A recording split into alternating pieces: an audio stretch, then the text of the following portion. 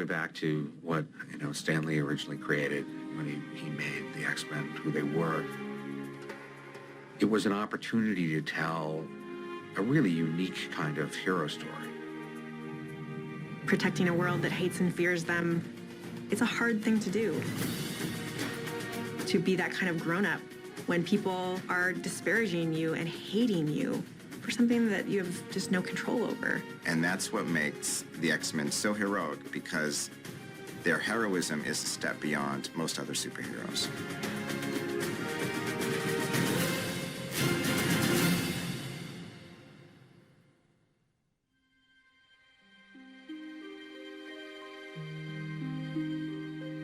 It's one thing to be a hero and be revered by the population and loved by the public and parades in your honor.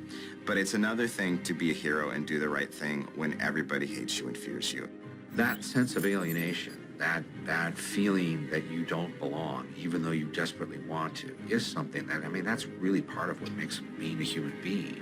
And so touching into that and touching into having to do the right thing despite the fact that everyone around you says that you're wrong, it really, on many levels, is sort of the soul of what it is to be a hero.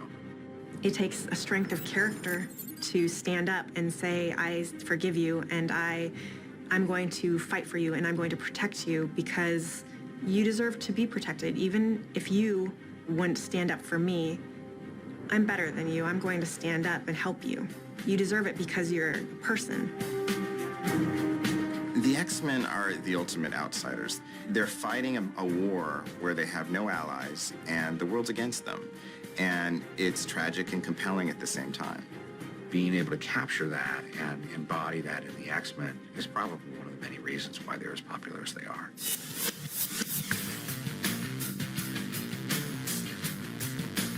The X-Men traditionally don't always get along. In fact, they fight a lot. The squabbles between the X-Men are part of the reason that I always wanted to read them and tune in. I like to think of the X-Men as sort of an ongoing dinner party. You just say the wrong thing and it's going to blow up the wrong way. The fact that, they bicker just like my family is something that I identify with. One of the secrets about families is that they're the thing that we need the most and also that aggravate us the most at the same time.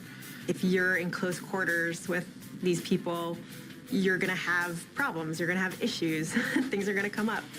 Add to that the possibility that they're going to be hunted down or that someone's going to attack them or they have to get out there in order to protect the world and still have those things. That argument that they were having back in the mansion, then gets carried off into whatever adventure that they're going to. I think that's very human. It's human that, you're not going to be some robot who's just like, we're going to fight the battle and then it'll be over. Good job, sir. Like, no, you're going to be talking about, what you did back at the corner, or why did you do that at home, or did you put the laundry away, or, gosh, can't you ever take an order? There's questions of leadership between members of the X-Men. There's sometimes an issue of trust between the X-Men and Professor Xavier, which comes out in this story also.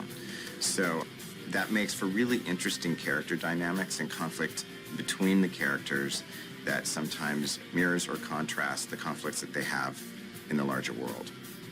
There's something fun and I think identifiable about that, that you can see your family when you look at the screen, but with mutant powers. They're all very left-of-centre people.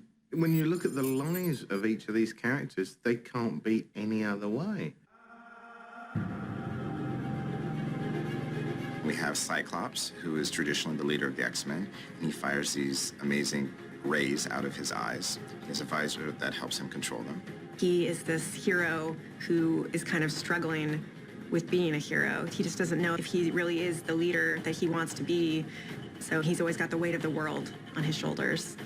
This is a guy who's been trained by a partly mad telepath in a wheelchair to be the best superhero in the world since the age of 12. But what does that do to your head?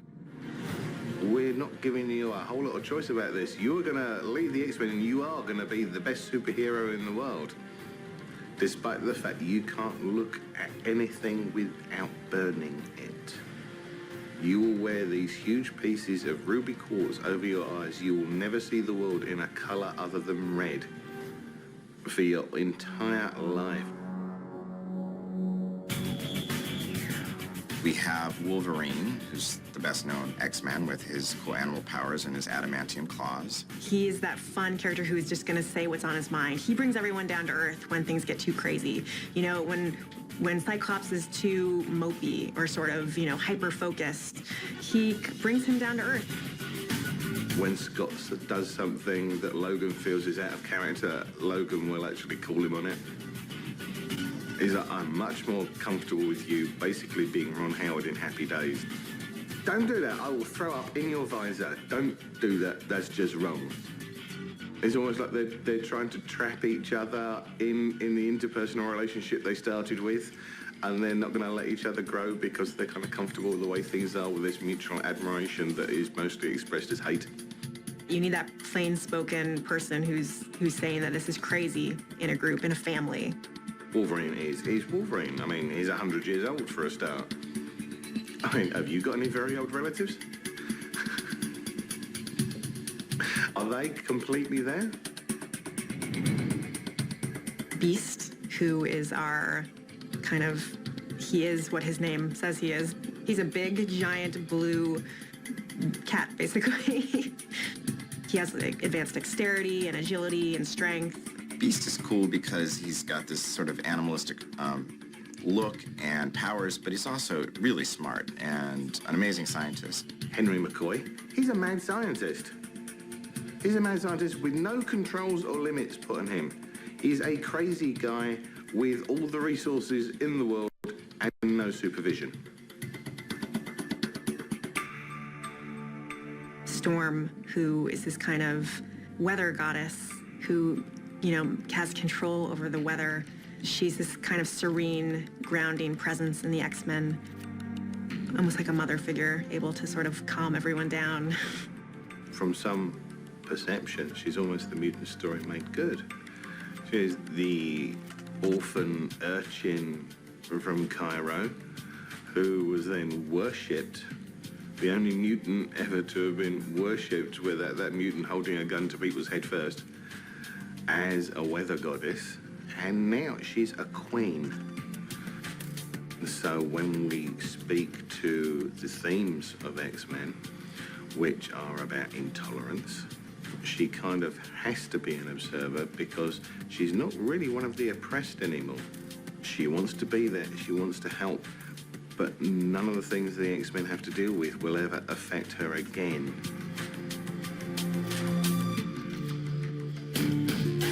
The characters are joined by Emma Frost, who had previously been a villain, and she has telepathic powers. And she also has a secondary mutation, which allows her to turn her body diamond hard.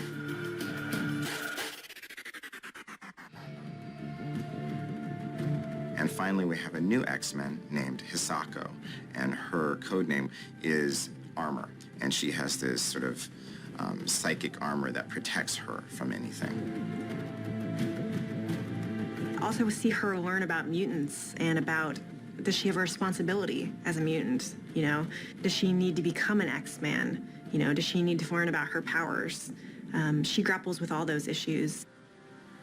The X-Men started out and will always be a family. Whether it is that, you know, Cyclops being the headstrong leader who's trying to do the right thing but has his own personal self-doubt, or whether it is a character like Beast who is the smartest one on the team but unfortunately, you know, is blue and covered with fur, or whether it's a very dominating and alluring character in Emma.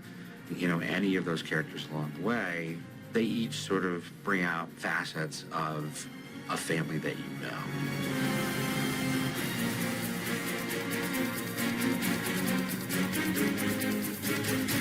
For anyone who's ever been part of a minority, no matter what that is, if it's a race or a religion or a, you know, sexual identity, if you've ever felt like you're other, you can understand the X-Men.